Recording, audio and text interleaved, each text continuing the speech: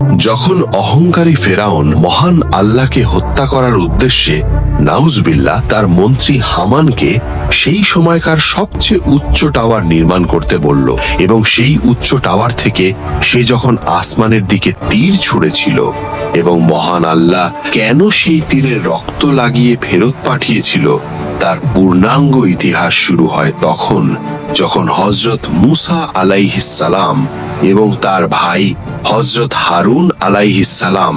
ফিরাউনের রাজ দরবারে এক আল্লাহর ইবাদতের দাওয়াত নিয়ে উপস্থিত হন। মূসা যখন ঘোষণা করলেন যে তার পালনকর্তা আসমানের উপরে আরশে আজিমের মালিক, তখন ফেরাউন দম্ভের সাথে তা অস্বীকার করে এবং মূসাকে সাধারণ মানুষের সামনে মিথ্যেবাদী প্রমাণ করার এক কুটিল ষড়যন্ত্রে লিপ্ত হয়। সে তার মন্ত্রী হামানকে আদেশ দেয় মাটি পুড়িয়ে ইট তৈরি করে এমন এক সুউচ্চ টাওয়ার নির্মাণ করতে যা আগে কেউ কখনো দেখেনি, যাতে সে নিজে আসমানে উঠে মূসার ইলাকে উঁকি দিয়ে দেখতে পারে। হামান কয়েক হাজার শ্রমিক খাটিয়ে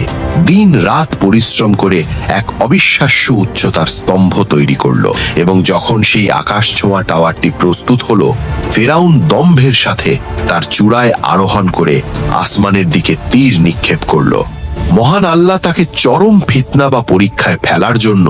কুদরতিভাবে সেই তীরের রক্ত মাখিয়ে ফেরত পাঠালেন, যাতে তার পতন আরো ভয়াবহ হয়। তীরের মাথায় রক্ত দেখে ফেরাউন উন্মত্তের মতো চিৎকার করে নিচে নেমে এসে তার প্রজাদের কাছে দাবি করতে লাগলো যে সে মূসার ইলাকে হত্যা করেছে, নাউজবিল্লাহ। কিন্তু ফেরাউনের এই ধৃষ্টতা যখন সীমালঙ্ঘন করল, তখন আল্লাহর নির্দেশে হযরত জিবরাইল আলাইহিস সালাম আবির্ভূত হলেন এবং তার বিশাল পাখার মাত্র একটি প্রচণ্ড আঘাতে সেই অহংকারের স্তম্ভকে 3 টুকরো করে মুহূর্তেই ধ্বংস করে দিলেন। বর্ণিত আছে যে সেই টাওয়ারের একটি অংশ ফেরাউনের বিশাল সৈন্যবাহিনীর ওপর পড়ে তাদের পিষে ফেলল, একটি অংশ অতল সমুদ্রে হারিয়ে গেল এবং বাকি অংশটি মাটির নিচে এমনভাবে দেবে গেল যে সেই দম্ভের কোনো চিহ্ন